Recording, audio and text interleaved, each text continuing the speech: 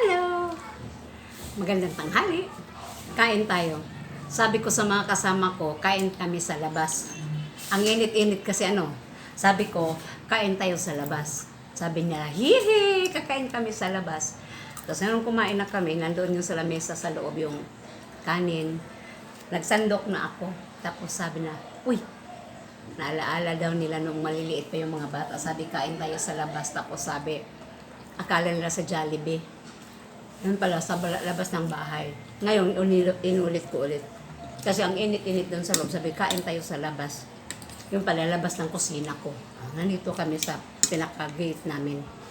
Kakain nga kami sa labas. Sa labas ng kusina. Nandito kami sa gate. Ayan. Tapos ang ulam namin ay, mayroong adobo doon. Adobong manok. Sabi ko, mas prepare ko to. Ayan.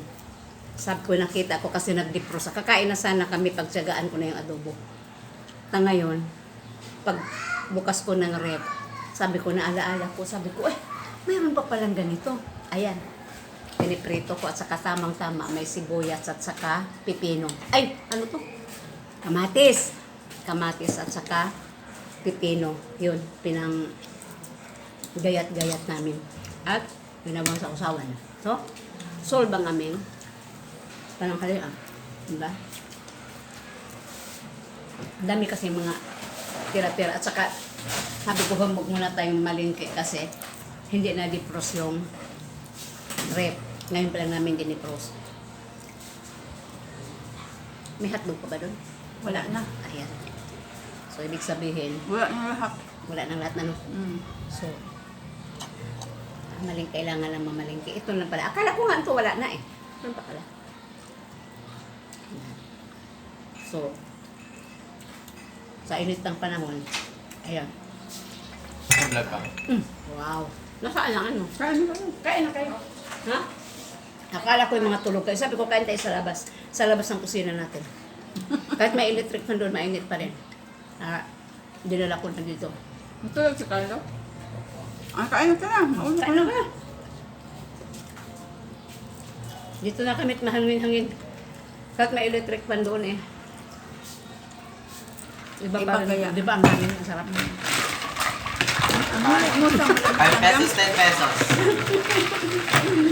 Ano na nalumuta? Ayos, te. Magkano, ma'am? Nakuha ko yan. Halagang 5 pesos. Good luck sa atin yan. 5 pesos. Ano ba naman yan? isang lunok lang yan lang. Maraming dumamit. Ganito lang yung lemon dun eh, sa labas. Ano? Lagyan mo pa talaga ng hilo. Tang. Ayaw ko lang ga. Tang lang na lemon. Ikaw lang ga. Ikaw lang. Ayaw ko lang ga. Sigurahin kasi akong iba na nga yung ano ko. Good luck sa akin ngayon. Sa'yo. Sulitin na. Bakit nasaan yung kanin mo? Ito to. Kumain ka muna, bago yan. Ayaw ko lang lang.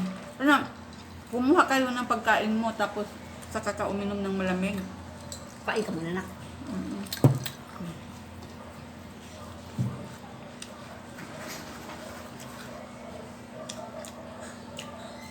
Ang hilig talaga ng mga kabataan ngayon ng malamig kahit doon sa bahay ti. Hindi makakain pag walang malamig. Binagbawal ko nga yung, kasi may malamig. Boss, maya inuubo na. Kaya, binagbawal ko nung maglagay ng tubig sa rep. Tumatakas katulad niya. Naku, talaga. Wala kang magawa. Doon sa bahay talaga yung Paano yan? Kaya na. Ayaw gumising. Kumak. Doon sa bahay, te. Ayos. Ilagay talaga nila sa plastic. Pag ang plastic na nag-ice na. Iniinom na nila.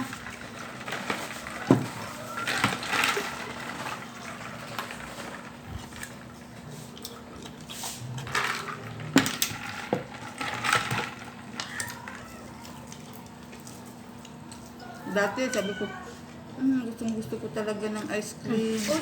At Ang lamig. Tapos na. Kumuha ka nun ng pagkain mo. Dito ka kumain. Ano to kayo? Hindi ka na, naintindihan mo na yung tanghalian. Wala kayong tanghalian kaya hindi kayo nang hingi. Pag almusal, ayun. Nasa pintuan na kayo. Wala adobo dito na. Paano sa ano? Ano eh? Walang ulam dito. Kaya nga. Anong ulamin mo? Ano ulam doon? Adobo. Meron ta bago? Bakit wala na doon sa ano? Sa kaldero? Mayroon pa yata. Bye-bye. Adat pala